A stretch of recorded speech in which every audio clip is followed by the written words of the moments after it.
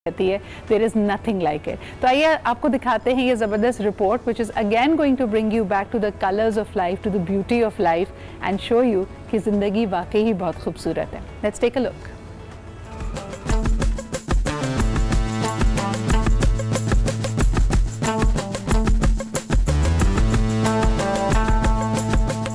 दीवार पर लगी खूबसूरत तस्वीर किसी भी जाविये से नजर डालेंगे तो कोई तब्दीली नहीं आएगी, लेकिन डायनामिक वॉल आर्ट मुसव्वरी की एक ऐसी शाख है जिसमें देखने वाले का जाविया बदलने पर तस्वीर भी बदल जाती है। मिसाल के तौर पर आपने किसी तस्वीर को सामने से देखा तो उसमें अधेड़ उम्र शख्स दिखाई देगा, लेकिन जब दाएं तरफ से देखेंगे तो वो नौजवान की लगेगी, और जब वही तस्वीर बाएं जानिब से देखी जाए तो उसमें एक बूढ़ा शख्स नजर आने लगेगा। यही वो चीज है जिसे डायनामिक वॉल आर्ट का नाम दिया गया है, और हस्पानवी शहरी सुरगाई कैडेनास इसी आर्ट के माहिर हैं। कैडेनास ने मुसव्वरी की बाकायदा तालीम कहीं से भी हासिल नहीं की, बल्कि ये हुनर अपने शौक से सीखा है। जी जनाब, और अगर अगर आपको ये चीज़ें लुभाती हैं तो आपको समझ आएगा कि ज़िंदगी में हर हकीकत को आप इसी तरह नज़रिया बदल के शिफ्ट कर सकते हैं। एक ही फैक्ट को अगर देखें तो वो आपको एक चैलेंज लगेगी, लेकिन अगर आप उस पर फोकस करें और अपने नज़रिए को बदलें तो वो आपके लिए अपॉर्चुनिटी बन जाएगी। अब ज़रा हमारी मईशत को और इक़्तिसादी सूरत हाल को इसी नज़र से देखने की कोशिश करते हैं और ज़रा देखते हैं कि कोई पर्सपेक्टिव शिफ्ट करने वाली बात उसमें है या नहीं। सबसे पहले जी वेलकम करना चाहेंगे हसन खावर को। He is on our show today. अस्सलाम वालेकुम Hasan, and thank you so much for joining us from Islamabad. गुफ्तगू का आगाज़ में ज़रा करना चाहती हूँ एशियाई तरक्याती बैंक यानी ADB की हालिया रिपोर्ट्स के हवाले से, जो एक दफ़ा फिर पाकिस्तान में महंगाई की शरह की तरफ इशारा कर रही है। इस रिपोर्ट के मुताबिक 2020 में यानी 2020 में महंगाई की शरह 10.7% रहेगी, जबकि 2021 में इसके कम होने का इम्कान है। आप इस रिपोर्ट को कैसे देखते हैं, और महंगाई यानी इन्फ्लेशन के हवाले से जो उनके अंदाजे हैं इस पे आपका क्या ख्याल है? जी शुक्रिया। देखिए, बात जो इन्फ्लेशन की बात है वो बिल्कुल सही है जी, और इस दफा जो मेजर कंट्रीब्यूशन आई है वो फूड इन्फ्लेशन से हमें लग रहा आई है, क्योंकि पता है कि सप्लाई चेन्स डिसरप्ट हुई हैं। ये जो अभी कोविड वाला क्राइसिस चला, लॉकडाउन चला जी, और तो आपको पता है कि इंटरेस्ट रेट में हुकूमत ने 625 बेसिस पॉइंट गिराए थे इस साल के शुरू में। इसकी वजह से ये इम्कान था कि इन्फ्लेशन ईज आउट हो जाएगी, लेकिन जो फूड इन्फ्लेशन है उसको बढ़ाया है। लेकिन मेरे ख्याल में the worst is over Sidra. और अब जिस तरह के उन्होंने कहा कि जो साल है यानी कि 2021 में जो खत्म हो रहा है, जो अब शुरू हो चुका है, इसमें इन्फ्लेशन डिप डाउन करके कुछ 7-7.5% के करीब आ जाएगी। मैं इस रिपोर्ट को काफी ऑप्टिमिस्टिक समझता हूँ, क्योंकि हम एक ऐसे रीजन में हैं, एक ऐसे टाइम में है जिसमें लोगों को बहुत मुश्किलात पड़ रही हैं और मुल्कों की ग्रोथ बहुत सफर कर रही है। इसी रिपोर्ट में ये भी कहा गया है कि पाकिस्तान जो है वो तकरीबन 2% के करीब इस दफा ग्रो करेगा, जो कि लोगों का ख्याल था कि शायद ना कर सके। और जो हमारे अपने अंदाजे हैं, मार्केट के एनालिस्ट हैं, वो कह रहे हैं कि ये 2 ऊपर भी जा सकता है, 3% तक भी जा सकता है, 3.5% तक भी जा सकता है, क्योंकि जो इकोनॉमी है उसमें बड़ी जोरों शोर से एक्टिविटी दोबारा शुरू हो गई है।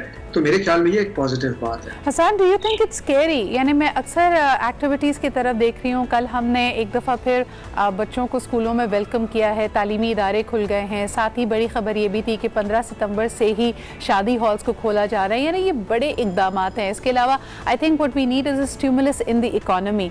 लेकिन अगर हम खित्ते पे नज़र डालते हैं, दुनिया पे नज़र डालते हैं, वहाँ पे अभी भी एहतियात बरती जा रही है। Growth is slow, bounce back करने में टाइम लग रहा है। ये जिस तरह हमने स्मार्ट लॉकडाउन किया था, अगर मरहला वार हम बाउंस बैक करते, वुड यू नॉट थिंक कि वो एक ज़्यादा सस्टेनेबल स्ट्रैटेजी, एक ही साथ सब चीज़ें खोल देना because we need that stimulus, कहीं इसका कोई फॉल बैक तो नहीं आएगा? देखिए, मेरे ख्याल में तो मरहला वार, अगर आप स्कूलों को भी देखें तो उन्होंने 3 मरहलों में उसको खोलने का फैसला किया है। सही। देखिए, ये हमें पता नहीं है कि हमारे पाकिस्तान के अंदर जो केसेस डिप डाउन किए उसकी वजह असल क्या थी।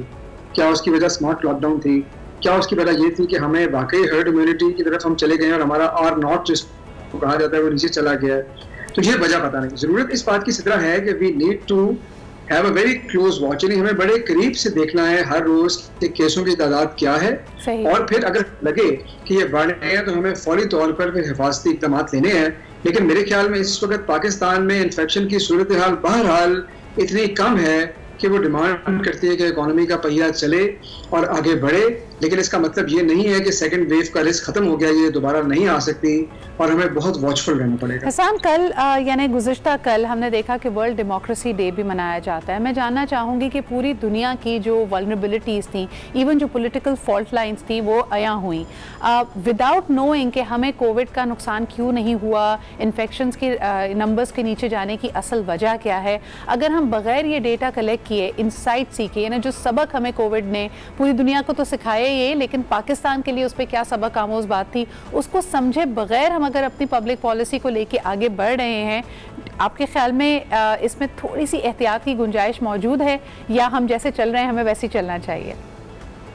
देखिए, बात ये, मैं आपकी बात से सीधा एग्री करता हूँ कि शायद किसी को भी इल्म नहीं कि ये क्यों ऐसे हुआ है और पब्लिक पॉलिसी इसमें तो कोई डिवाइन हेल्प लगती है। हाँ। लेकिन जिस तरह देखिए अब जो नंबर्स हैं वो इतने नीचे जा चुके हैं, ऑल्दो बीच में इस्लामाबाद वगैरह थोड़ा से ऊपर गए, तो उसका मेरा ख्याल उसके ऊपर नजर रखना जरूरी है। ये जो लेसन लर्न करने की आप बात कर रही हैं, देखिए कुछ लेसन तो लर्न किए। मसलन हमारा जो NCOC वाला मॉडल था वो बहुत अच्छा चला, जब तक सूबे अलग अलग करते रहे तो थोड़ी कंफ्यूजन थी, तो कुछ लेसन तो सामने है। लेकिन जब तक इसमें हतमी रिसर्च नहीं होगी कि पाकिस्तान की ट्रैजेक्टरी हिंदुस्तान से, बांग्लादेश से अलग क्यों है, तब तक उसमें से कोई लेसन सीखना कि हमारी सक्सेस क्यों थी जरा मुश्किल है। लेकिन बहरहाल कुछ चीजें ऐसी हैं।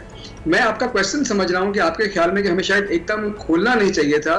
हसन, मेरा सवाल आपसे थोड़ा सा मैं मुख्तलिफ, उसको मैं दोबारा वजाहत कर देती हूँ। मैं जानना ये चाह रही हूँ कि इस दौरान हमने अब बाउंस बैक करने की बात की, तमाम कारोबारों को, ख़ास तौर पे जो बड़ी कंपनीज हैं उन्होंने नुकसान भी सहा है और उनको लोगों को ले ऑफ करना पड़ा है, राइट साइजिंग हुई है, बिजनेस मॉडल्स में तब्दीली आई है।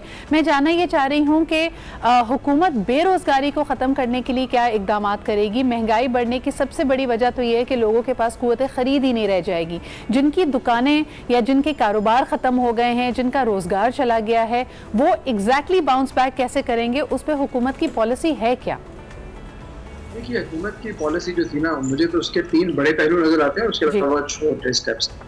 उन्होंने सबसे पहले तो जो अपना इंटरेस्ट रेट था उसको कम किया, जो मैंने पहले बताया 625 बेसिस पॉइंट्स इस साल के। फिर आपको पता है कि वज़ीर आज़म ने एक इकोनॉमिक्स का ऐलान किया और सूबाई हुकूमतों ने भी उसके अंदर चीजें ऐड की, अपने अपने पैकेजेस ऐलान किए।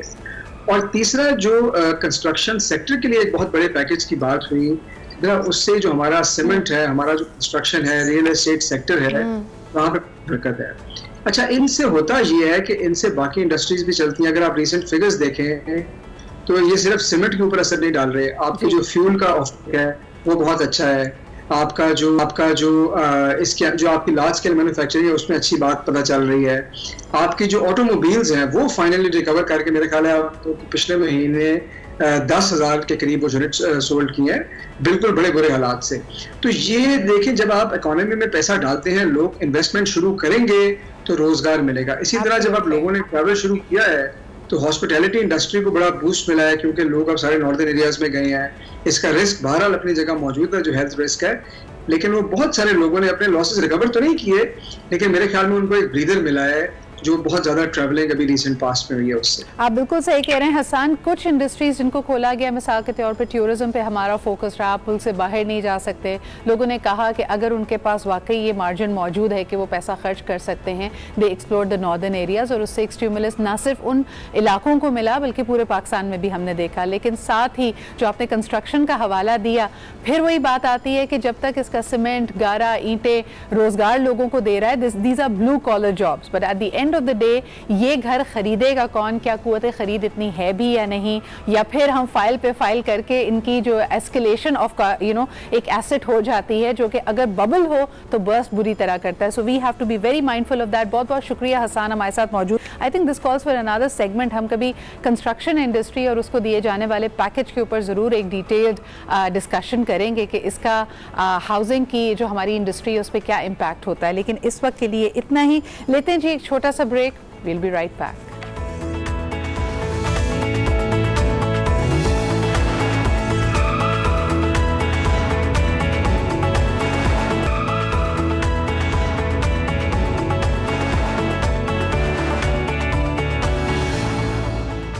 Welcome back after the break. आप देख रहे हैं आज पाकिस्तान। बात ज़रा करते हैं साबिका वज़ीर आज़म जनाब नवाज शरीफ साहब के हवाले से, जिनके लिए इस्लामाबाद हाई कोर्ट ने गिरफ्तारी का वारंट जारी कर दिया है। जो उनकी तरफ से रीज़न्स दिए जा रहे थे, एक्सप्लेनेशन दी जा रही थी कि किस वजह से उनकी वतन वापसी नहीं हो सकती, और इसके साथ ही एक मेडिकल रिपोर्ट भी दी गई थी और उनके तमाम तिब्बी माहिरीन का ये जानना था, ये मानना है कि उनकी तबीयत इस है अभी भी और वो वतन वापस नहीं आ सकते। मगर दीज ये जो तमाम आर्ग्यूमेंट्स थे, इसने इस्लामाबाद हाई कोर्ट को मूव नहीं किया और वारंट जारी कर दिए गए हैं। अब देखना ये है कि इन पे अमल दरामद कैसे होगी, उस पर क्या तरीका मौजूद है। नैब के प्रोसिक्यूटर्स इसके बारे में क्या कहते हैं। आपसे हमारे साथ मौजूद हैं बैरिस्टर वकास अब्रेज, उनसे जानते हैं कि क्या इसके अहम कानूनी और लीगल पॉइंट्स हैं, and will take this forward. अस्सलाम वालेकुम वकास। वालेकुम सलाम। वकास साहब, उनकी जो एप्लीकेशन थी उसको मुस्तरद कर दिया गया है। इस्लामाबाद हाई कोर्ट ने वारंट जारी किए हैं गिरफ्तारी के। आप इसको कैसे देख रहे हैं और अब इस पे अमल दरामद कैसे किया जाएगा? ये दो एप्लीकेशंस थी। एक पहली एप्लीकेशन रिव्यू पिटीशन के हवाले से थी। वो इसलिए फाइल की गई थी कि चूँकि कोर्ट इस्लामाबाद हाई कोर्ट ने नवाज शरीफ साहब को 10 तारीख को सरेंडर करने का हुक्म दिया था, और उस हुक्म के अगेंस्ट जो थी एक एप्लीकेशन फाइल की गई थी। इसके साथ दो रिपोर्ट्स भी अटैच की गई थी जो उनकी तबीयत के हवाले से थी। तो वो एक एप्लीकेशन कोर्ट ने यकजुम्बिश कलम मुस्तरद कर दी, और सेकंड एप्लीकेशन नवाज शरीफ साहब के वकील की तरफ से जो फाइल की गई थी वो इसलिए फाइल की गई थी कि नवाज शरीफ साहब की अदम मौजूदगी के अंदर उनकी लीगल टीम को ये इजाज़त दी जाए कि वो उनकी अपील को परस्यू करें, और इन the absence of Nawaz Sharif साहब ऑन दी मेरिट बेसिस वो अपील को डिसाइड किया जाए, जो कि इनके नुमाइंदगी के थ्रू इनकी नुमाइंदगी कोर्ट में की जाएगी। उस एप्लीकेशन को भी कोर्ट ऑफ लॉ ने इस्लामाबाद हाई कोर्ट ने कल मुस्तरद कर दिया। ये दोनों की दोनों मुस्लिम्स एप्लीकेशन थी, और 22 तारीख का वक्त दे दिया गया है लॉ इन्फोर्सिंग एजेंसीज को, और नाकाबिले ज़मानत वारंट गिरफ्तारी उनके इशू कर दिए गए हैं। और हमारी जितनी भी लॉ इन्फोर्सिंग एजेंसी, स्पेशली इसमें जो नैब है, हुकूमत पाकिस्तान को डायरेक्शन दे दी गई है कि नवाज शरीफ साहब को गिरफ्तार करके पाकिस्तान लाया जाए और फिर उनको कोर्ट के सामने पेश किया जाए। अब जो ये कल दो एप्लीकेशन मुस्तरद की गई थी, इनका नवाज शरीफ साहब की अपील पे क्या इफेक्ट होगा, ये क्या इम्प्लीकेशंस होंगी, ये 22 तारीख को डिटरमिन ये चीज़ें की जाएंगी, क्योंकि 22 तारीख तक का वक्त दे दिया गया है। लेकिन इससे पहले भी इसहाक डार का केस हमारे सामने है, सलमान शहबाज का केस हमारे सामने है, अल्ताफ़ हुसैन का केस है, उनके खिलाफ भी नाकाबिले गिरफ्तारी वारंट इशू किए गए, लेकिन अनफॉर्चुनेटली वो अभी तक लंदन में मुकीम है, और हमारी हुकूमत ने एड़ी चोटी का जोर लगाया, लेकिन वो पाकिस्तान के सामने उनको प्रोड्यूस नहीं कर सके। जहाँ तक नवाज शरीफ साहब की केस का ताल्लुक है, इसमें भी इसी तरह के तासुरात नज़र आ रहे हैं। नवाज शरीफ साहब को बैरून मुल्क से पाकिस्तान की कोर्ट के सामने प्रोड्यूस करना हथेली पे सरसों जमाने के मुतरादिफ है। This is a very difficult task on the part of our law enforcing agencies, लेकिन ये नहीं है कि ये नामुमकिन है, चूँकि इससे पहले भी प्रेसिडेंट मौजूद है। जो बैंक ऑफ पंजाब के केस में जब हमारी सुप्रीम कोर्ट ऑफ पाकिस्तान की तरफ से डायरेक्शन दी गई थी, बैंक ऑफ पंजाब के डायरेक्टरान जो एक मलेशिया में था, उनको बैरून मुल्क से पाकिस्तान की कोर्ट के सामने प्रोड्यूस किया जाए, तो वो एक प्रेसिडेंट मिलता है जिसमें अमेरिकन हुकूमत से जो है गुजारिशात की गई थी, और at the same time Malaysia की हुकूमत से गुजारिश की गई थी। उन दोनों हुकूमतों ने, उन दोनों स्टेट्स ने जो हमारे कैदी थे, जो हमारे मुल्जिमान थे, उनको अलाउ किया और उन लोगों को कोर्ट के सामने पेश किया। लिहाजा एक उम्मीद की किरण तो मौजूद है कि अगर हमारी कोर्ट की डायरेक्शन दी जाती है कोर्ट की तरफ से, जो कि कल दे भी दी गई, तो पाकिस्तान हाई कमीशन जो लंदन में लेकिन है, इसमें जो वकास सबसे बड़ी चीज़ जो डिफरेंट बनाती है दोनों केसेस को हवालों ने, आपने बिल्कुल सही कहा कि एक सक्सेस स्टोरी हमारे पास मौजूद है, जब मलेशिया से इन डायरेक्टर्स को बैंक ऑफ पंजाब के वापस बुलाया गया, कोर्ट के सामने पेश किया गया। बट इन दिस केस दो चीज़ें जो बड़ी अहम है। Number one, the country in question is UK, यानी हम बरतानिया की बात कर रहे हैं, जहाँ पे आपने खुद अभी जिक्र किया कि बहुत सारे ऐसे नाम हैं जो वहाँ पे मुकीम हैं, देर इन द पब्लिक आए, वहाँ पे वो मीडिया से इंटरेक्ट करते हैं, लेकिन पाकिस्तानी हुकूमत को इस बात में कामयाबी नहीं हुई कि इनको कोर्ट के सामने पेश किया जाए। दूसरी चीज़ जो इसको मुनफरद बनाती है, इनका अपना एक सियासी मकाम, एक साबिक वज़ीर आज़म की हैसियत। ही इज़ अ की player in the politics of Pakistan. क्या आपको लगता है कि इस वक्त जो पाकिस्तान और बरतानिया के आपसी ताल्लुकात हैं उसकी वजह से कुछ पेशरफ्त हो पाएगी, या फिर आप समझते हैं कि ये नवाज शरीफ साहब का पर्सनल डिसीजन होगा अगर वो वापस आकर कोर्ट्स को फेस करना चाहें? देखिए, so far as my point of view is concerned, this is purely the decision of Mian Nawaz Sharif. ये उनका decision होगा whether he want to come to Pakistan and join this system, he will appear before the court of law or not. ये उनका decision होगा, क्योंकि हमारी UK के साथ ठीक है। तो ये बात तो क्लियर हो, हमारी लॉ इन्फोर्समेंट एजेंसीज और गवर्नमेंट अगर इसकी तरफ पेशरफ भी करती है तो ये decision, the ball is really in Mian Nawaz Sharif sahab court. अब सवाल ये पैदा होता है, अगर आपसे क्विकली मैं इस बात पे भी एक इनपुट ले लूं कि सियासी मुहर्रकात को देखते हुए, उसकी सियासी इम्प्लीकेशंस को देखते हुए, क्या आप समझते हैं कि नवाज शरीफ साहब वापस आएंगे 22 सितंबर की जो डेट दी जा रही है उस तक? देखिए, ये बड़ी एक मुश्किल चीज़ है और इस चीज़ की प्रेडिक्शन करना, मुझे नहीं लगता कि नवाज शरीफ साहब वापस आएंगे, क्योंकि लास्ट टाइम भी जब वो वापस आए उनको और उनकी बेटी जो मरियम नवाज, दोनों को जेल में डाल दिया गया, और उसके बाद जो हार्ड टाइम उन्होंने पाकिस्तान की जेलों में फेस किया, उनकी तबीयत नासाज हो गई। तो मुझे बाजार ये लगता है कि मियां नवाज शरीफ साहब वापस नहीं आएंगे। हमारी जो हुकूमत वक्त सिर्फ ये कर सकती है कि जो हमारा यूके के साथ म्यूचुअल लीगल असिस्टेंस का एक एग्रीमेंट है कि जहाँ पे भी मुश्किल औकात में या लीगली असिस्टेंस की जरूरत पड़ेगी तो दोनों ममालिक एक दूसरे के साथ ताउन करेंगे। उसके तहत एक रिक्वेस्ट की जा सकती है कि मियां नवाज शरीफ साहब चूँकि पाकिस्तान के में कन्विक्टेड हैं, उनको पाकिस्तान की अदालतों में मतलूब है, उनको पाकिस्तान के हवाले किया जाए। जहाँ तक पोलिटिकल स्कोरिंग का ताल्लुक है, ये इनकी सियासी साख को नुकसान पहुँचाएगा। लेकिन इससे पहले भी लास्ट टाइम भी इनका हाई जैकिंग केस था, उसमें भी वो पेश नहीं हुए, लेकिन लेटर ऑन जब वो काफ़ी बरसों बाद पाकिस्तान आए तो वो भी डिसीजन सेटिसाइड कर दिया गया। लिहाजा पाकिस्तान में बेशुमार ऐसे लोग थे जिनको अदालतों ने सजाएं दी, जुल्फ़िकार अली भुट्टो भी थे, लेकिन उनकी जो सियासी इमेज थे वो उससे मजीद बढ़े। आखिरी सवाल आपसे ये करना चाहूँगी वकास, मुझे बताइए, इन केस हुकूमत नहीं ला पाती, लॉ इन्फोर्समेंट इनको फोर्स नहीं कर पाती, या फिर नवाज शरीफ साहब खुद इस बात का डिसीजन नहीं लेते कि वो वतन वापस आएँ, तो क्या ऐसी लीगल ऑप्शंस मौजूद हैं कि इन दैट केस इनके असासों को नीलाम करके हुकूमत वक्त कोई पैसे बाजियाब करे? क्योंकि है तो ये गबन और एहतसाब का मामला, यानी जो एक्यूजेशंस हैं उसमें एम्बेजलमेंट और साइफनिंग ऑफ मनी की बात की जा रही है, इस पे आप क्या कहेंगे? देखिए, नैब ऑर्डिनेंस का section 12 that is very much clear in this regard, और सीआरपीसी का जो हमारा सेक्शन 87, 88 है, वो दोनों सेक्शंस अवेलेबल है। अगर इनके खिलाफ इनको मफरूर करार देने की कार्रवाई की जाती है, एब्सकॉन्डेड डिक्लेयर किए जाते हैं, तो इनकी प्रॉपर्टीज़ को अटैच किया जा सकता है, इनकी प्रॉपर्टी की ऑक्शन की जा सकती है। और जो इसमें अमाउंट ऑफ फाइन थी दोनों डिसीजंस में, एवन फील्ड में और दूसरा केस अल-अज़ीज़िया में, वो जो अमाउंट ऑफ फाइन थी वो भी सेटिस्फाई की जा सकती है। एट द सेम टाइम इनकी एब्सेंस के अंदर अपीलें भी इनके डिसाइड की जा सकती हैं। परवेज़ मुशर्रफ का डिसीजन हमारे सामने है, उनकी एब्सेंस में स्पेशल कोर्ट ने फैसला दिया, इवन के उनकी एब्सेंस में ही उनकी दोबारा अपील भी फाइल की गई। बहुत शुक्रिया बैरिस्टर वकास अब्रेज हमारे साथ मौजूद थे। मुकाबला सख्त होता है but important input. Let's see, 23 सितंबर को मरियम बीबी का और कैप्टन सफदर की भी पेशी है और उनके केस की भी सुनवाई है। Let's see how this turns और इसका अब किस तरह खुलासा होता है। We'll know that in a little bit. अभी एक छोटा सा ब्रेक लेते हैं, we'll be right back.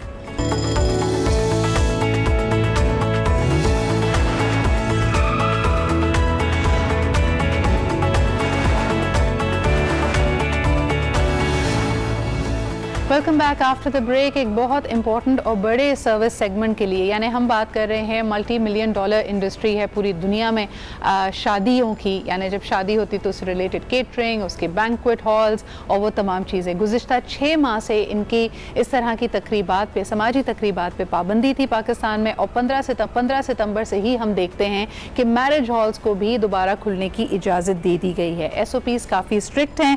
NCOC के मुताबिक जनाब समाजी दूरी बनाए रखना है, सैनिटाइजेशन, मास्क और तमाम तरह के हाइजीन प्रिकॉशंस का लेना ज़रूरी होगा। और ख़ास तौर पे एक जो भी मैरिज हॉल है उसमें सिर्फ 50% जो उसकी गुंजाइश है उसके मुताबिक मेहमानों को बुलाया जा सकता है। इसके अलावा ये भी बड़ा वाज़ेह किया गया है कि कोई भी तकरीब 2 घंटे से ज़्यादा नहीं होगी और अगली तकरीब यानी अगर 2 तकारीब एक साथ एक दिन पे स्केड्यूल की जाती हैं तो बीच में कम से कम 2 घंटे का दौरानिया होगा जिसमें इसकी दोबारा साफ सफाई की जाएगी। इसके अलावा ये भी कहा जा रहा है कि तमाम स्टाफ और कॉन्टैक्ट पर्सनस को कोरोना के टेस्ट बाकायदगी से कराने होंगे। इसके अलावा जी आपको ये बता दें कि शादी हॉल्स में स्टाफ को भी 50% तक कम करने की हिदायत दी गई है। इसका क्या असर होगा और ख़ास तौर पे ये सेगमेंट जो पता नहीं सैकड़ों हज़ारों लोगों के रोज़गार का ज़रिया बनता है, उन्होंने क्या इस पूरी की पूरी कार्रवाई को खुसूसी तौर पे जो SOPs कहे जा रहे हैं और जो इक़दामात लिए गए हैं क्या वो इसको खुशाइन करार देते हैं या नहीं। इस पर बात करने के लिए हमारे साथ मौजूद हैं from the all Karachi marriage halls association Rana Rais sahab, उनसे बात करते हैं। अस्सलाम वालेकुम राना साहब। वालेकुम अस्सलाम। सर, सबसे पहला सवाल मेरा आपसे ये होगा कि कराची के तनाजुर में अगर देखा जाए कुछ रिपोर्ट्स ये पॉइंट कर रही हैं कि हालिया बारिशों के बाद जो लोगों का नुकसान हुआ है तो तकरीबन 60,000 शादियां जो स्केड्यूल थी वो कैंसिल हुई हैं। तो अभी फौरी तौर पे ये मैरिज हॉल्स खुल गए हैं, आपके पास बुकिंग्स का और लोगों की प्लानिंग का क्या इस वक्त सिनेरियो है, उस पर आप हमें क्या बताना चाहेंगे?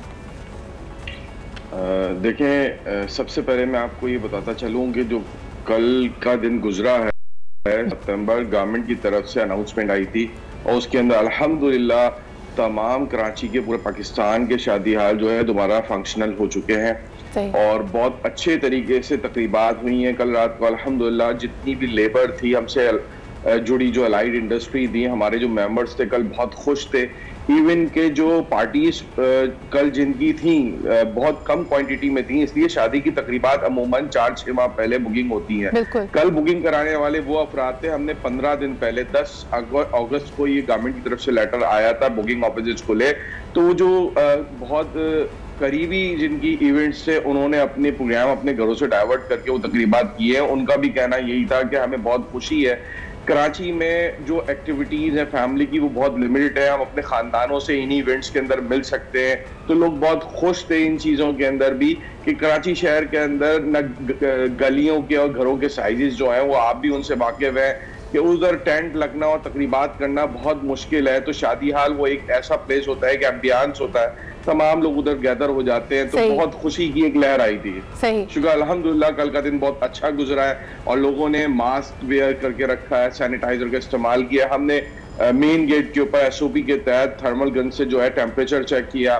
तमाम गेस्ट आए, उनसे साउंड सिस्टम में बाकायदा एजुकेट करने के लिए बार बार हमने ऐलान करते रहे आप सैनिटाइजर का इस्तेमाल करें, मास्क वेयर करें, स्टेज पे जाने के लिए थोड़ा सा गुरेज करें, एक जगह गैदर ना हो, खड़े ना हो, आप अपनी टेबलों पे अपने बच्चों के साथ अपनी फैमिली के साथ इंडिविजुअल टेबल पे बैठ कर रहें। ये सारी चीजें हमने कराने की कल कोशिश की, अल्हम्दुलिल्लाह बहुत अच्छे तरीके से ये हुआ है।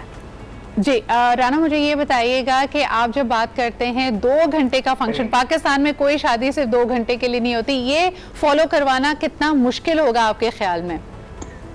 देखिए, हम तो इस चीज के आदी हैं, ये कोई अब नई बात नहीं है। कराची के अंदर जो टाइमिंग है वो आज भी वही है जो प्रीवियस टाइमिंग थी, 9 बजे से 12 बजे तक। तो उसके अंदर हम लोग ग्रेजुअली 2 घंटे के बाद जो है पार्टी को जो है सिग्नल देते हैं और इस टाइप के ग्रेजुअली लाइट्स हम थोड़ी सी कम करते हैं, 11:15 बजे के करीब हम उनको अलविदा करके बाहर रुखसत कर देते हैं। तो यानी आज इस प्रोग्राम को, इस सेगमेंट को करने का मकसद ये भी है कि लोगों को बताएं कि बेशक शादी हॉल्स खुल गए हैं लेकिन ताकि सबका फायदा हो सके, हॉल्स खुले रहें, इससे रिलेटेड इंडस्ट्रीज का काम चलता रहे, प्लीज वक्त की पाबंदी करें। राना साहब, दूसरा सवाल मेरा आपसे ये होगा कि जिस तरह कहा जा रहा है कि जो भी गुंजाइश है एक मैरिज हॉल की उसके मुताबिक सिर्फ 50% ही गेस्ट बुलाए जाएं, लेकिन अगर फॉर एग्जांपल एक हॉल की गुंजाइश 1000 लोगों की है तो आप सिर्फ 500 लोगों को मदऊ कर सकते हैं।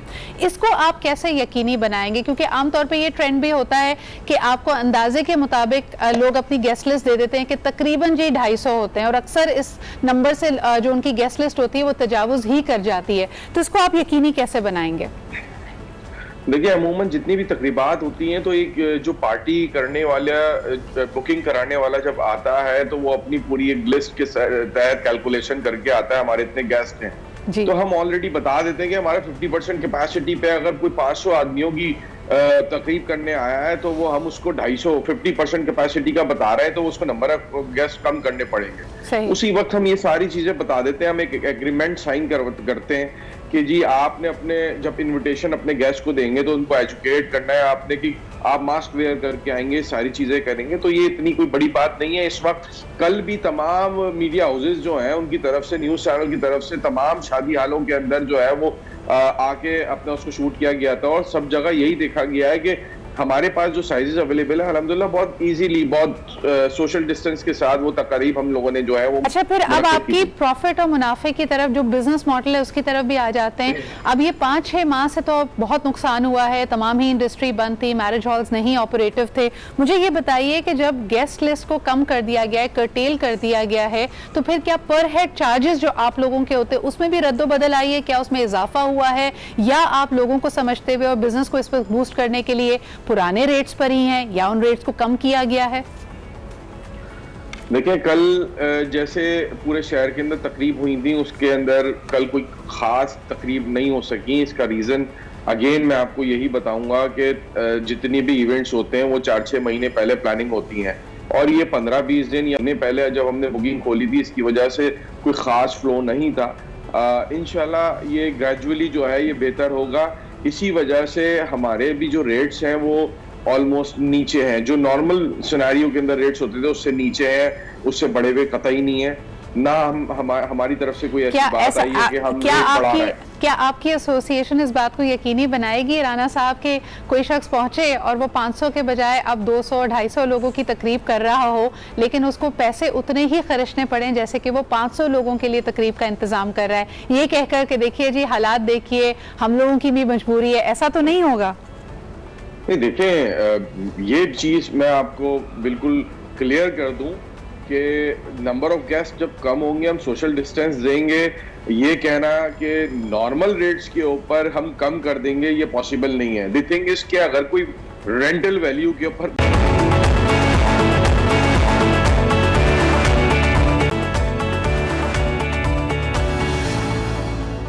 And welcome back. आप देख रहे हैं आज Pakistan. Thank you so much for joining अस। बड़ी ज़बरदस्त खबरें थी जी। आज खुशी की एक लहर दौड़ चुकी है पूरे मुल्क में जब हमने देखा कि स्कूल्स खुल गए हैं, मैरिज हॉल्स खुल गए हैं, आहिस्ता आहिस्ता ज़िंदगी दोबारा नॉर्मलसी की तरफ जा रही है। ब्रेक से पहले भी हम यही बात कर रहे थे।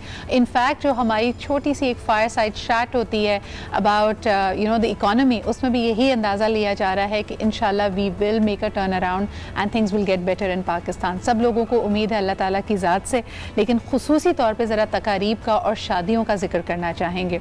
हमने देखा कि बहुत सारी ऐसी चीज़ें जो हम लाजिम और मलजूम समझते थे, अगर घर की कोई तकरीब है, ज़्यादा लोगों को बुलाना है, लाविश सेटअप होना चाहिए, कोविड ने हमें ये पैगाम दिया कि इसके बगैर भी शादी खाना आबादी हो सकती है। बड़ी रिवायती अंदाज में नहीं बल्कि सिंपल तरीके से शादियाँ हुई। Now that the marriage halls are open और मुझे यकीन है कि बहुत सारे लोगों का इससे रोज़गार जुड़ा हुआ है, लेकिन क्या हमने वाकई कुछ सीखा? क्या ट्रेंड्स बेटर थे? कितना बोझ पड़ता है, नहीं पड़ता? अभी मेरी बात हो रही थी राना रईस साहब से जो कि कराची मैरिज हॉल्स एसोसिएशन के मेंबर हैं, उसको लीड करते हैं। उन्होंने भी यही कहा कि हमारे लिए फौरी तौर पे रेट्स कम करना तो मुमकिन नहीं होगा, तो जो हमारे साथ यानी जो हमारे ख़र्चे हैं वो पास ऑन होंगे। Are people ready to go back to the same trends के 250-300 लोगों की तकारीब को करना शुरू कर दें? इस पर आपका क्या ख्याल है, हमें कॉल करके बताइए। और जो हमें लोगों ने पब्लिक ओपिनियन हमें मिला है, ज़रा हम आपको वो सुनवाते हैं। Let's take a listen. कम खर्च में न लोगों को कर्ज लेने की ज़रूरत है, न कुछ है, न किसी को शिकायत होती थी यार हमें नहीं बुलाया।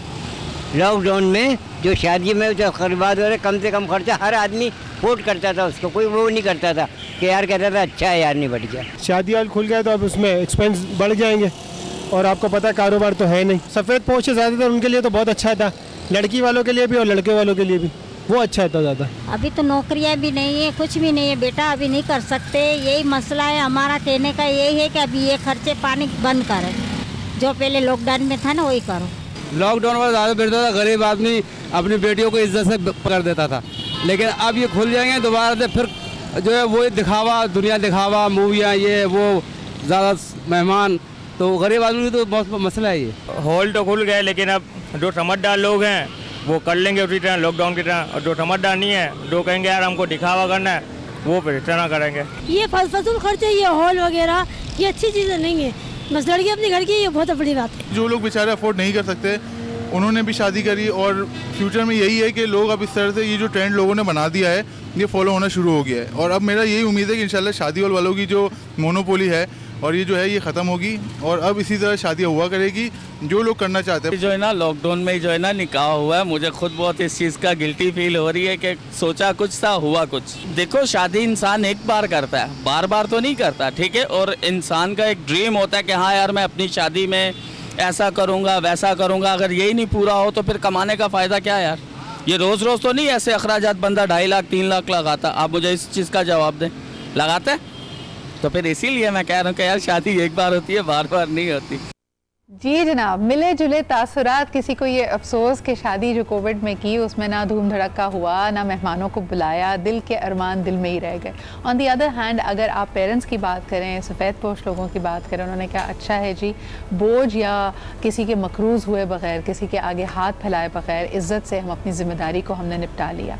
अब इस पर राय बटी हुई है, क्या दोबारा हम उसी रविश पे चले जाएंगे या वाकई हमें कोरोना जाते जाते एटलीस्ट ये सिखा गया कि सादगी में बहुत वक़ार है। इस पर ज़रा बात करते हैं, इसके ज़रा नफ्सियाती पहलू को भी देखते हैं। वो जो फैंटेसी वाला इन्होंने अभी जिक्र किया कि भाई शादी एक दफ़ा होती है, उस पर ख़र्चा कर लें, कंजूसी ना करें।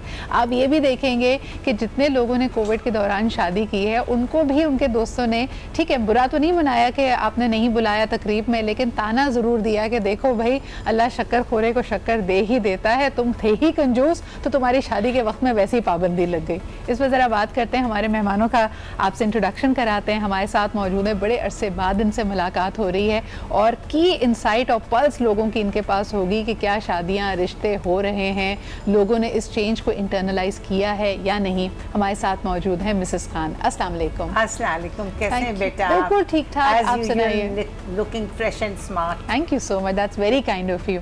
और जी इसका जो नफ्सियाती पहलू है बड़ा अहम पहलू है, और ये मुझे बल्कि कल परसों मैंने कहीं पे पढ़ा कि shame and guilt are not natural emotions, ये आपके अंदर मैन्युफैक्चर किए जाते हैं, ये प्रोग्रामिंग इंस्टिल की जाती है। तो जितने लोगों को शर्म आ रही है या गिल्टी फील कर रहे हैं उसका क्या तरीका है, इस पर भी ज़रा बात करेंगे। हमारे साथ मौजूद हैं हुमैरा आफान। अस्सलाम वालेकुम, क्या हाल है आपके? Good to be back. इसके लिए काउंसलिंग की ज़रूरत पड़ने वाली है कि जी मैंने तो अपनी शादी में खर्चा ही नहीं किया, मुझे बड़ा गिल्टी फील हो रहा है। ये आई थिंक इंटेंट की बात है।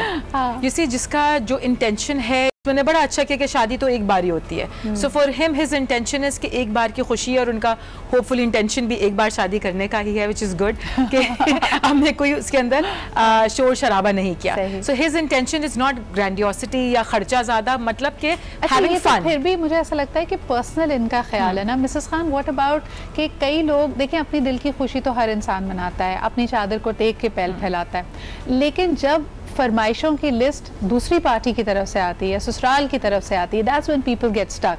और इस दफ़ा लोगों ने जिस बात को सेलिब्रेट किया कि अगले वाले भी समझ रहे थे, उनको एहसास था और वो कुछ कर ही नहीं सकते थे। क्या आपको लगता है हम पुराने अपने तरीकों पे वापस चले जाएंगे? बहुत से लोग तो दिल स्टिक टू दिस कि वो यही चाहेंगे कि 30-40 लोगों के अंदर 25-30 लोगों के अंदर शादी हो जाए, और अगर वो ऐसा करेंगे तो अब लोग इतना माइंड नहीं करेंगे। और सेकेंडली जिनकी कोविड के दरमियान शादी हुई और वो अपने दिल के अरमान नहीं निकाल सके, so what, you can give a grand reception, a grand dinner to your friends, and you can again invite them, और एक ढोलकी रख लो और खाना खिला दो। बिल्कुल बिल्कुल। डांस वांस कर लो जो तुम्हारे दोस्तों ने करना होता है, लुडी शुडी डालो, डांस वांस करो, और फिर एंड में खाना आप सर्व कर। अब तो बड़े खर्चे बच गए ना। पहले एक होता था घूमने फिरने चले जाते थे, कोविड में वो भी नहीं कर सकते, कोई थाईलैंड, बैंकॉक, सिंगापुर वगैरह की ट्रिप नहीं लग रही, दुबई तक नहीं लोग जा पा रहे। तो लोगों ने कहा कि पैसे अब हमारी पॉकेट से इजाजत नहीं देती, चाहे आप पैसे वाले हो चाहे आप गरीब लोग हों, अब गरीबों के हालात भी वो नहीं रहे। जिन्होंने छोटी शादियां की हुई है, बहुत मजे में की है, बहुत खुशी से। लेकिन मैंने ये सवाल राना साहब से भी किया था, आई थिंक कि उनके पास इस बारे में इंसाइट थी। हमें कुछ स्टडीज से ये भी पता चला है कि हालिया जो कुदरती आफत कराची पे आई, इतनी शदीद बारिशें हुई, there are about 60,000 weddings which were on the cards, छोटे बड़े हर लेवल की, और जो सामान जमा किया था जिंदगी भर का वो सब डूब गया, बह गया, वो लॉस्ट। और उससे पहले के 5 माह वैसे ही आपकी आमदन कम थी, लोगों के काम नहीं, कारोबार नहीं चल रहे थे। तो मुझे लगता है कि हमें तो सादगी को और बढ़ावा देना चाहिए इस पॉइंट पे। क्या कहेंगे? And what about that sense of loss and grief, अगर आपने इकट्ठे की होती है। प्रायोरिटीज इतनी चेंज हो गई हैं कि इस वक्त आई थिंक दिखावा करना ज़्यादा ज़रूरी नहीं है। जैसे आपने sense of loss and grief बोला है, किसी के साथ एम्पथाइज करना, उनकी प्रॉब्लम को शेयर करके, स्प्लिट करके, अगर किसी घर में शादी है तो आप उनके लिए कैसे आसानी पैदा कर सकते हैं, बल्कि उनके लिए आप और मुश्किल पैदा कर रहे हैं। सो अभी आजकल का जो वक्त है वो ये है कि आप मिल बांट के एक दूसरे के लिए आसानी पैदा करो, अगले की नफ्सियात को समझो, अगले के इमोशंस को समझो, अगला किस चीज़ से गुजर रहा है और वो क्या चाहता है। ये नहीं अब अपने बारे में बात नहीं है, जो अगला चाहता है उसके लिए आप कैसे सब मिल बैठ के आसानी कर सको। एक कहानी सुनी है, I wanted to share it with the viewers, और मुझे लगता है कि अगर ये जिनके साथ कहानी हुई है वो ये सुन रहे हैं तो थोड़ा सा एहसास आपको चाहिए। Mrs Khan, recently there was a wedding, जो शादी एक किसी की पक्की हुई, अरेंज मैरिज थी, और शादी से एन 2 रोज़ कबल बच्ची के साथ जो होने वाली दुल्हन थी, मायूं बैठी दुल्हन थी, उसके साथ एक हादसा हो गया, उसका हाथ जल गया। And people said that it's so painful. Doctors ने उसको कहा कि आपकी 2 दिन बाद शादी नहीं हो सकती, आपको पोस्टपोन करना पड़ेगा। और जो लड़के वाले थे वो इस पर रजामंद नहीं थे, यहाँ तक कि लड़के वालों ने बाकायदा अल्टीमेटम दिया कि देखिए जी, आप नहीं करेंगे तो हम कोई और ढूंढ लेंगे, लेकिन हमने इतनी तैयारी, इतनी बुकिंग्स, इतने पैसे कर दिए हैं कि आप इस बेटी से नहीं तो अपनी दूसरी बेटी से शादी कर दीजिए। And they actually went ahead, उन्होंने अगलों की ये बात मान ली। और मैं ये से सोच रही थी कि आप एक मायूं बेटी को छोड़ के जा रहे हैं, सेंटिमेंट्स तो देखें, आप रिश्ता जोड़ रहे हैं, यानी ये भी नहीं कि आप उस शख्स से दोबारा जिंदगी में कभी नहीं मिलेंगे। ये कैसे लोग कर जाते हैं ऐसी हरकतें? आप यकीन करें, लड़के वाले तो इतने डोमिनेंट होते हैं और लड़के वाले समझते हैं कि हमारे मुंह से कोई अल्फाज निकलेगा और लड़की वाले झटपट पूरा करेंगे। लड़की वालों को भी ज़रा स्टबर्न और स्टर्न होना चाहिए, और चाहिए कि वो अपनी भी डिक्टेट करें कुछ टर्म्स एंड कंडीशंस के we are not going to, उसको रिफ्यूज़ कर देते हैं उस प्रपोजल को। देखें, उसकी उस बच्ची की जिससे उसकी शादी होनी थी, अब उसकी छोटी बहन की होगी तो वो तो सारी ज़िंदगी पछताएगी, और वो सारी ज़िंदगी उसको कैसे फेस करेगी, और वो बहन भी, उसके दिल में भी पछतावा होगा। लेकिन जहाँ 4, 5, 6 बहनें होती हैं तो माँ बाप सोचते हैं चलो अब ये इसकी नहीं तो इसकी कर दो, किसी की तो हो रही है। लेकिन उसमें उन्होंने दूसरे का इमोशनल साइड को ज़्यादा देखा ना, लड़के वालों को ज़्यादा केयर किया, उनकी ज़्यादा आई थिंक बात का प्रायोरिटाइज किया। एग्जैक्टली। और इसमें आपने जैसे कहा ना कि वो स्टबन हो जाते हैं, आई थिंक सेल्फ रिस्पेक्ट ज़्यादा देखने की ज़रूरत है लड़की के बाप को भी, कि अपनी सेल्फ रिस्पेक्ट, अपनी बेटी की सेल्फ रिस्पेक्ट रखने के लिए दुकान तो नहीं है ना कि ये नहीं ये दे दीजिए, तो and this goes a long way. You see, आपके पेरेंट्स जब शुरू में आपके लिए शादी के टाइम पे स्टैंड ना लें या ना खड़े हुए, ठीक है, आपके अपने घर के अंदर पर्सनल मैटर्स फर्क हैं, बट किसी बाहर वाले के सामने अगर आप ऐसे एक्सपोज हो जाएं अपनी वल्नरेबिलिटीज, अपनी वीकनेसेस के साथ, एक बात मानेंगे तो कल और मानेंगे, तो वो जो लड़की भी है या जो लड़कियां भी हैं या जो घर वाले भी हैं, they feel very angry towards the parents then. वो फिर डायरेक्ट एंगर इसमें नहीं आएगा कि आपने उस दिन बात नहीं सुनी, वो it manifests in different ways. अच्छा, मुझे ये बताएं कि हमारे यहाँ कल्चरली, समाजी तौर पे ये समझा जाता है कि तबकाती फ़र्क, अपने ही जैसे लोगों में शादी करनी चाहिए। अब सफ़ेद पोश लोगों का हमने पिछले 6-7 माह में बहुत नुकसान होते हुए देखा। मैं कभी कभी वो मनाजिर अगर दोबारा स्क्रीन्स पे दिखाए जाते हैं, जैसे लोगों ने जी ख़ास इलाके में घर लिया, नया घर लिया, तमाम ज़िंदगी की अर्निंग्स लगा दी, और घर में 6-6 फुट 5-5 फुट पानी खड़ा हुआ है। अब आप हो सकता है रातों रात दरबदर हो गए हैं, आपका सब कुछ ख़त्म हो गया है।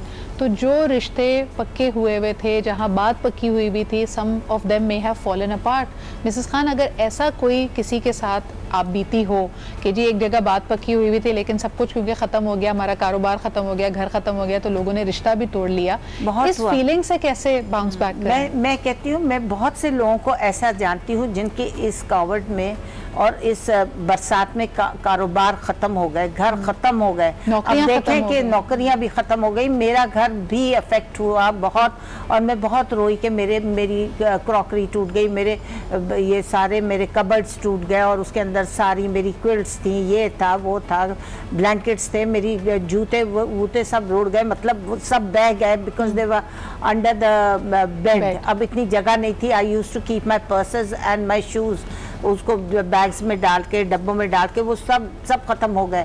And last night I had to go and buy another shoe, because मेरे पास घर की चप्पलें थी, मेरा सब कुछ बह गया, मेरा खाने पीने का सामान, ये वो लटरम पटरम। I don't find my knifes, I don't find my scissors, जो कुछ दे दूँ, देख रही हूँ सुई धागा भी नहीं मिल रहा, कुछ भी नहीं, सब कुछ बह गया या फेंक दिया गया, क्योंकि डर्टी PCHS में नर्सरी मार्केट के सामने गंदा गटर का पानी, दीवार तोड़ दी नर्सरी वालों ने। हमारे घर में हर चीज़ फ्लोट कर रही थी। मैं तो ऊपर चली गई हुई थी जब मेरे भाई ने कहा अब damage has been done, what can you do, you can't run after one thing और दी अदर। पूरा घर डूब गया हुआ है, you better come up and sleep. क्या सोना क्या था।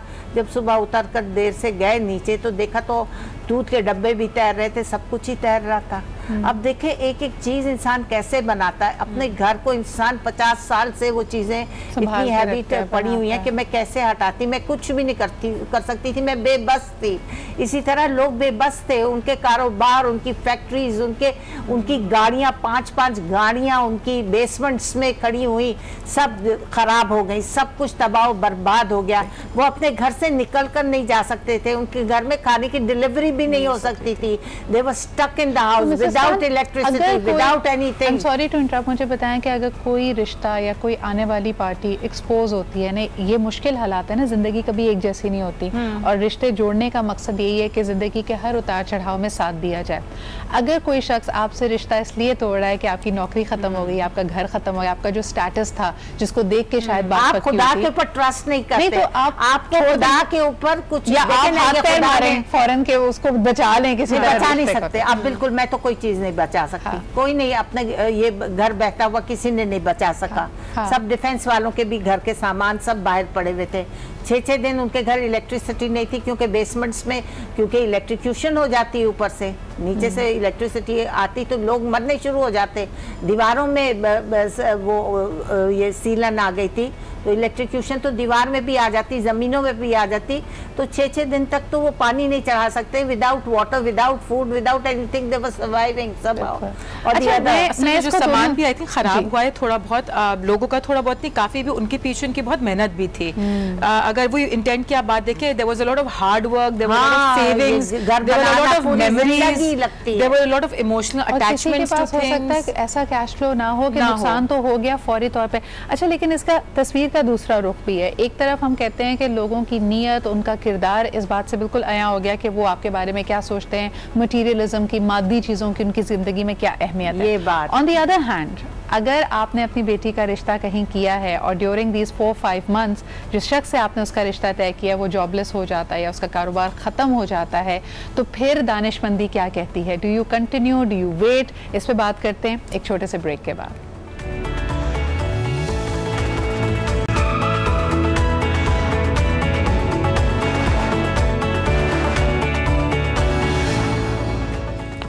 वेलकम बैक जी, आप देख रहे हैं आज पाकिस्तान। हमारे पैनल में अब इजाफा हुआ है आकिब अंसारी साहब का, who is the CEO for glory events in Lahore. और जैसे मुल्क भर में मैरिज हॉल्स खुल चुके हैं, ज़रा इनसे भी तज्जिया लेते हैं कि पंजाब ने इस इकदाम को, इस कदम को खुशाइन करार दिया है और क्या लोगों का रिएक्शन है। क्योंकि 10-15 दिन पहले नोटिस आ गया था, तो कल खुलने के साथ ही कुछ लिमिटेड तकारीब हुई और उसमें लर्निंग क्या रही, कैसा लगा लोगों को मैरिज हॉल्स में वापस आके इवेंट्स को दोबारा ऑर्गेनाइज करके। जी Aqib, what's the insight there? Hello Aqib ji, Aqib अब आपकी आवाज आ रही है, फरमाइए जी। अभी तो ये जब कोविड-19 आया था तो उसमें जो हालात चल रहे थे पहले, जिस तरह एकदम से वेडिंग का उसके साथ जो हमारा सेटअप, डेकोर, ये सारी चीजों को काफी मुश्किलात आई थी। बीच में लोगों ने काफी कुछ सीख लिया कि अब जिस तरह लोगों ने बड़ी सिंपल सी शादी ब्याह में, मतलब एक मिनिमम लोगों के लिए जो उन्होंने प्लान आउट निकाला, उसमें SOPs के साथ जो हमने इवेंट्स किए जिसमें हम सिंपल एक निकाह का फंक्शन और इस तरह की गैदरिंग जो हमने प्लान आउट की, ये आहिस्ता आहिस्ता काफी लोगों ने सीखा। लेकिन अगर आप आजकल का देखें ना, जो हमारे पाकिस्तान में जिस तरह का कल्चर, जिस तरह की इवेंट ऑर्गेनाइज करते हैं, जिस तरह वेडिंग डेकोर होते हैं, जिस तरह प्लान आउट किया जाता है, तो वो इस तरह की आदत बन चुकी है कि वो चाह के भी लोग जो है ना उसको उस नजर से नहीं देख पा रहे थे। वो चाहते थे कि जिस तरह हमारा ये कोविड-19 खत्म हो। अब जिस तरह मैं आपको बता रहा हूँ, अभी प्लान 15 दिन पहले आया था कि जी कोविड-19 का भी ये शादी हॉल वगैरह सब कुछ खुल गए, इस तरह सारों को प्लान लोगों ने अभी कोविड का ये फाइनल नहीं हुआ था कि शादी हॉल खुलने हैं कि नहीं खुलने, तो लोगों ने फिर भी अक्टूबर, नवंबर, दिसंबर की जो बुकिंग्स हैं वो उन्होंने वैसे करवा दी थी। जिसमें वेडिंग में, डेकोर में, सेटअप में, वो सारा जो अभी तक सिलसिला उसमें चल ही रहा था। अभी रात को भी हमारे इस तरह का इवेंट था तो जिस तरह उन्होंने फैमिली उनको मतलब आप देख लें, अगर मैं आपको दिखा सकता है तो उसमें जिस तरह उन्होंने वेडिंग, अभी एक बर्थडे का इवेंट था, उनकी प्री बर्थडे सेलिब्रेशन थी, वो वैसे ही चल रहा है। तो हमारे यहाँ पे वैसे एक आप देखा जाए आकिब, टेल मी समथिंग, जो इम्पैक्ट है हमारी कुव्वत खरीद पे, हमारी परचेजिंग पावर पे, वो तो बड़ी रियल है। लोगों के कारोबार भी ख़त्म हुए हैं, नौकरियां भी ख़त्म हुई हैं। आप क्या कहेंगे कि आपसे आके लोग बार्गेन करने की कोशिश करते हैं, निगोशिएट ज़्यादा करते हैं? यानी पहले अगर आप एक इवेंट फॉर एग्जाम्पल 2 लाख रुपए में करते थे, तो अब आपसे कोई बार बार कहता है कि भाव-ताव करते हैं कि इसको और कम कर लीजिए? उनका पॉकेट साइज क्या है इस वक्त? लोगों का क्या होता है कि चाहते हैं कि कुछ कम हो, लेकिन उनकी जो डिमांड है वो वैसे ही है। उन्होंने कहना कि हमने जो डिमांड करनी है, हमें जो सेटअप है, हमें डेकोर हमें वैसी चाहिए, लेकिन बजट वाइज जो भी पॉसिबल हो वो कम हो। क्योंकि एकदम से ये कोविड का जो मसला आया था, तो उसमें उतराव चढ़ाव बजट में, ऑब्वियस बात है, कोई इवेंट में हमारा कोई था ही नहीं। अगर आप आर्टिस्टों को देखें, वो भी ऐसी थे, मतलब कोई उन्होंने कोई परफॉर्मेंस वगैरह कुछ चलती नहीं रही, उसमें काफी कमी आई थी। लेकिन लोगों की डिमांड यही है कि कुछ बेहतर हो, कम हो, लेकिन डिमांड वाइज उनका सेटअप डेकोर वैसे ही है जैसे उनका पहले था। ठीक है। अच्छा, अब जो हमारा एक सवाल हमने ब्रेक पे जाने से पहले किया था, मैं वो मिसेस खान और हुमैरा की तरफ वापस लाना चाहूँगी। मिसेस खान, जब हम परचेजिंग पावर की बात कर रहे हैं और उसमें बड़ा रियल है कि लोगों की नौकरियाँ भी ख़त्म हुई हैं, from a girls point of view, कि जी अगर अरेंज मैरिज थी और अब अचानक से जिससे आपने अपनी बेटी का रिश्ता तय किया है, उसकी नौकरी, उसका कारोबार ख़त्म हो जाता है, तो बड़ा एक मॉरल डिलेमा है। माँ बाप क्या करें? इंतज़ार करें कि उसका रोज़गार बेहतर हो जाए, अल्लाह तवक्कल करके अपनी बात पे, अपने कॉल पे सादिक रहते हुए शादी कर दें, या फिर दानिशमंदी इसमें है कि इस रिश्ते को ख़त्म कर दिया जाए? आप क्या कहेंगे? देखिए, एक बात बताऊं, अल्लाह ताला ने भी अपना एक निज़ाम बनाया हुआ है। उसने भी अपना जितना उसको रोज़ी दी होती है ना, रोज़ी फिर औरत के हिसाब से मिलती है, उसके नसीब से मिलती है। अब अगर आप उसकी शादी कर देंगे, उसके अगर नसीब में वो आदमी ने इधर जाना है, वो तब भी जाएगा। सही। और अगर आप उसकी नसीब में इतना पैसा नहीं है, अगर आप दूसरे आदमी से शादी कर देंगे पैसे वाले से, वो नीचे अगर उसका डाउनफॉल होना है तो वो तब भी होगा। मेरी कॉलेज की फ्रेंड्स जो ज़ीरो पर होती थी, जिनको मैं इस कदर, मतलब देखिए आपको पता ना, कॉलेज में एक क्लास होती है और एक मिडिल, मतलब आम सी लड़कियां होती हैं, वो मिक्सअप नहीं होती, वो जो जरा थोड़ी सी फैशनेबल होती हैं, जो you saw them climb up the ladder, उनके दिन बदल गए शादी के बाद। मैंने उनको देखा बाद में, 4-5 साल बाद मेरी मुलाकात तारिक रोड पे इधर हेलो हाय करती थी, मैं देख रही हूँ कि वो तो मर्सिडीज में आ रही हैं, वो तो और आम शक्ल की होती थी। और मैं देख रही हूँ, ये एक लॉन्ग टर्म व्यू है। उनके नसीब को देखें, हाँ। उनके नसीब को देखें, वो ज़ीरो से कहाँ पे पहुँच गई है।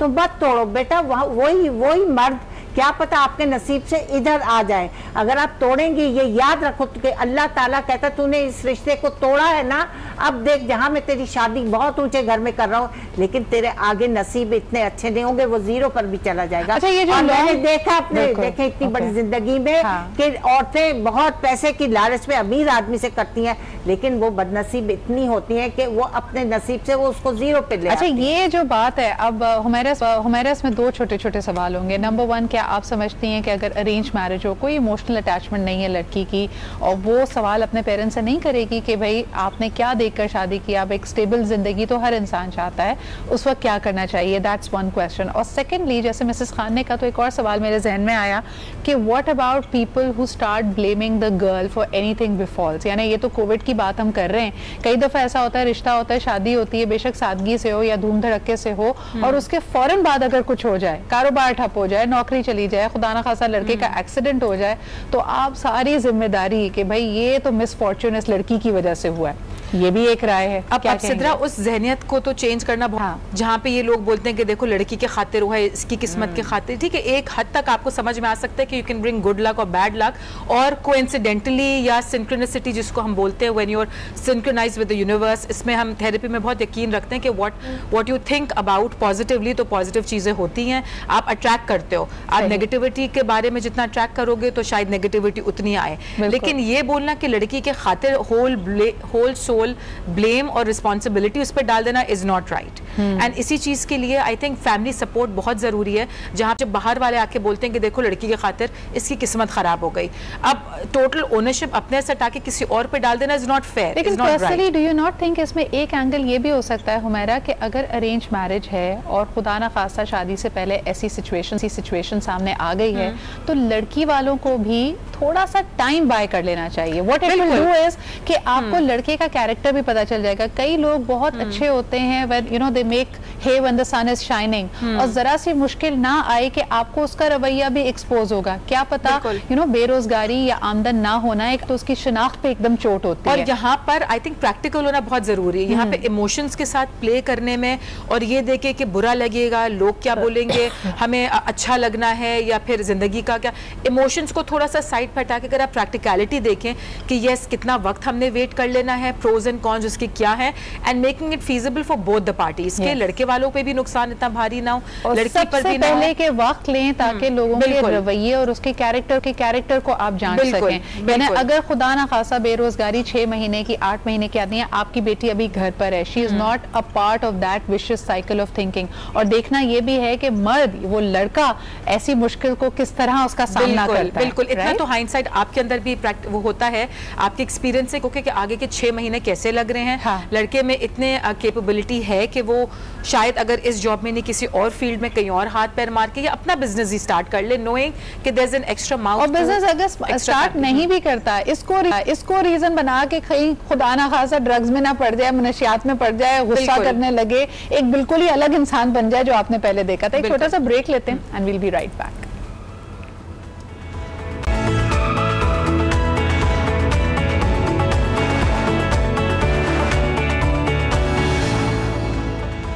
Welcome back after the break. जब आपकी आइडेंटिटी, आपका काम हो और आपका मैरिटल स्टेटस हो, तब बहुत सारी चीज़ें आपस में उलझ जाती हैं और आप ऐसी सिचुएशंस को, अपने स्टेटस को, अपने आउटलुक को बचाने के लिए बहुत कुछ करते हैं। आखिर मुझे ये बताइएगा, बीच में हमने ये ट्रेंड भी देखा था और मैं आपकी इंसाइट इस पे जानना चाह रही हूँ कि बहुत सारी मिक्स्ड क्रॉस नेशनैलिटी वेडिंग्स भी पाकिस्तान में होती थी, और उसमें या तो लड़का अगर गोरा है, अंग्रेज़ है या किसी और नेशनैलिटी से ताल्लुक़ है, तो वो बाकायदा शादी की रसूमात के लिए हमारे मुल्क आता है और यहाँ से लड़की को या लड़के के साथ उसकी शादी हो जाती है। मैं जानना चाहती हूँ कि क्या कभी आपने ऐसी कोई वेडिंग ऑर्गेनाइज की है और उनका रिएक्शन क्या होता है पाकिस्तानी शादी को देखकर? कि उनकी तो एक सिंपल सी एक छोटी वेडिंग होती है, उसमें भी पैसे बहुत खर्च होते हैं, लेकिन हमारी ज़रा बड़ी रौनक होती है, रंगारंग तकारीब होती हैं, तो उनका रिएक्शन क्या होता है यहाँ की तकरीब को देखकर? अच्छा, एक्चुअली ये लास्ट अभी वीक की बात है। हाँ जी। मेरी फ्रेंड है, वो बेसिकली अभी कोरोना की वजह से ना, वो थाईलैंड, उनका एक टूर था अपने फैमिली के साथ, तो वो वहाँ पे स्टक हो गए थे। ठीक है, तो उधर से उनकी स्टे काफी लंबा हो गया था, तो वहाँ पे उनकी कोई थाईलैंड की कोई थी, तो उनके साथ आपस में कुछ काम हुआ, बड़ी अच्छी हुई। तो अब उनका जो है ना, आज लास्ट वीक में ना उनका रिश्ता फाइनल हुआ, तो वो थाईलैंड से पाकिस्तान आए। वो यहीं पे उन्होंने अभी इवेंट, मैंने उनका भी ऑर्गेनाइज किया, तो बड़ा जबरदस्त उन्होंने सारा इस चीज के ऊपर किया हुआ था। तो वो जब पाकिस्तान आया, आपको पता है कि अब हमारे यहाँ पाकिस्तानी कल्चर और उनका वहाँ का मतलब एक स्टाइल, तो ये चीजें काफी मतलब डिफरेंट होती है और काफी मुश्किल होती है। लेकिन इवन के जब आप वेडिंग में देखें तो वो आपको इतना फील नहीं होगा, मतलब वो जब आपस में जो कपल है वो मतलब आपस में सेटिस्फाइड है और वो बहुत अच्छा मतलब वो चीज कर रहे हैं, तो उनके लिए कोई इतनी मुश्किल वाली चीज नहीं होती। अच्छा, कपल का हाँ बताइए। हमारे यहाँ पे देखने वालों को, लोगों को थोड़ा सा होता है कि यार वो मतलब कपल बिल्कुल ही डिफरेंट लुक और डिफरेंट अंदाज में मतलब बैठे होते हैं। आपने वही बात की जो मैं कहना चाह रही थी कि कपल को, क्योंकि उनकी तो एक अंडरस्टैंडिंग होती है, लाइकिंग होती है, मसला नहीं है, देखने वालों को ज्यादा मसला है। मिसेस खान, ये एक बड़ा रिवायती सा सवाल है, अगर लड़की की या लड़के की किसी बैरून मुल्क नेशनैलिटी से, किसी क्रॉस कल्चर में शादी हो जाती है, तो ऊपर तो सब लोग बड़ा उसको अप्रिशिएट करते हैं, लेकिन कभी ना कभी एक जुमला दे देते हैं कि भाई 22 करोड़ की आबादी का मुल्क है, तुम तो इतने आउटगोइंग हो, क्या कोई रिश्ता यहाँ नहीं मिला? ये जुमला लड़के वालों को या लड़की वालों को सुना ही दिया जाता है, आप इस पे क्या कहेंगी? ये बात तो आप बिल्कुल ठीक कह रही हैं। लड़का जो है बाहर की लड़की से ज़्यादातर शादी कर ले तो वाह वेला बड़ा आपकी फैमिली में मच जाता है। कहते हैं कि आपकी फैमिली की लड़कियां, आपके मुल्क की लड़कियां, सब इधर हैं, इतनी खूबसूरत से खूबसूरत, पढ़ी लिखी, अच्छा स्टेटस, और फिर आपने बाहर जाकर शादी कर दी। ये क्या बात है? हमारी लड़कियों को कौन लेगा? अब आप देखें, हमारा we are a poor country, हमारे बच्चे तो बाहर जा रहे हैं, हमारे लड़के बाहर जा रहे हैं, और आधे से लड़के जो हैं बाहर शादियां कर लेते हैं। हम लोग को मुश्किल फिर अपनी बच्चियों की ज्यादा पड़ती है, क्योंकि हमारे पास तो पढ़े लिखे और अच्छे कमाऊ। लेकिन फिर मिसेस खान, आप नहीं मानती कि जोड़े तो आसमानों में बनते हैं और जिसकी जहां नसीब है उसकी शादी वहां हो गई। लेकिन ये है जब वो बाहर जाएंगे तो एक वैसी ही औरत पसंद करेंगे, उसी एनवायरनमेंट में वो ढल जाएंगे, उसी सराउंडिंग्स में रहेंगे, तो उधर ही की लड़की को पसंद करेंगे। फिर उनको आउटडेटेड वो कहते हैं अरे भाई फैमिली में कौन करे, 10 बातें होती हैं ये वो, तो वो वहाँ। अच्छा, यानी आप अभी भी समझते हैं कि social acceptance. Humaira, very quickly, आपको भी लगता है कि शादियां तो हो जाती हैं लेकिन कहीं ना कहीं हम उसको फुली एक्सेप्ट नहीं करते? I don't know, fully accept करना सोशल सेटिंग अरेंज या लव के अंदर सही रहेगा या लोकल या बाहर वाली में नहीं रहेगा। It's a very personal choice I feel. अब ये रिस्पॉन्सिबिलिटी ले लेना कि आपके मुल्क में इतनी लड़कियां बैठी हैं और आपने बाहर शादी कर ली is really not the guys और the families responsibility. You know, 10 किस्म की चीज़ें होती हैं। बात वो ये कि आप हर एक की बात को इतना दिल पे लेके नहीं बैठ सकते, हर एक की बात पे इतना एडहेयर नहीं कर सकते, हर एक की बात के ऊपर आपको थोड़ा सा अपना इनर सर्कल देख के आप अपने ही फैमिली को लुक आफ्टर करके उसी को आप सही ब्रिंग कर लो। I feel that's more about it. So आपको अंडरस्टैंडिंग हो आपकी इनर सर्कल में ना, फैमिली के अंदर ही हो, दैट्स मोर देन। कभी बार-बार कहते हैं कि आपका value system, and by value system we mean not just cultural, religious and you know societal. आपका जो पर्सनल कंपास ऑफ रीजन है, जो आपका पर्सनल एक वैल्यू सिस्टम है, उससे अगले बंदे को मैच करना चाहिए। मुश्किल सवाल करने से कभी मत घबराएं। आमदनी के बारे में, आउटलुक टू लाइफ, किस किस्म का तर्ज जिंदगी आप दोनों चाहते हैं, ये बातें बड़ी खुले अंदाज में करनी चाहिए। Honest conversations are going to leave a fulfilled life. बहुत बहुत शुक्रिया Aqib, Mrs Khan and Humaira for being here with us. It was discussion. आप लोग भी हमारे सोशल पे जरूर बताइए कि आपका क्या ख्याल था, क्या पुरानी रविश पे जाना चाहिए या साल 2020 के इस पेंडेमिक के बाद, इतने बड़े क्राइसिस और चैलेंज के बाद हमारे रवैयों में, खुसूसन पर्सनल और समाजी रवैयों में बदलाव आया है। अब हम शादी को, जिंदगी को एक मुख्तलिफ तरीके से देखते हैं या नहीं। And we are going to catch up with you tomorrow. अपना बहुत ख्याल रखें। खुदा हाफिज।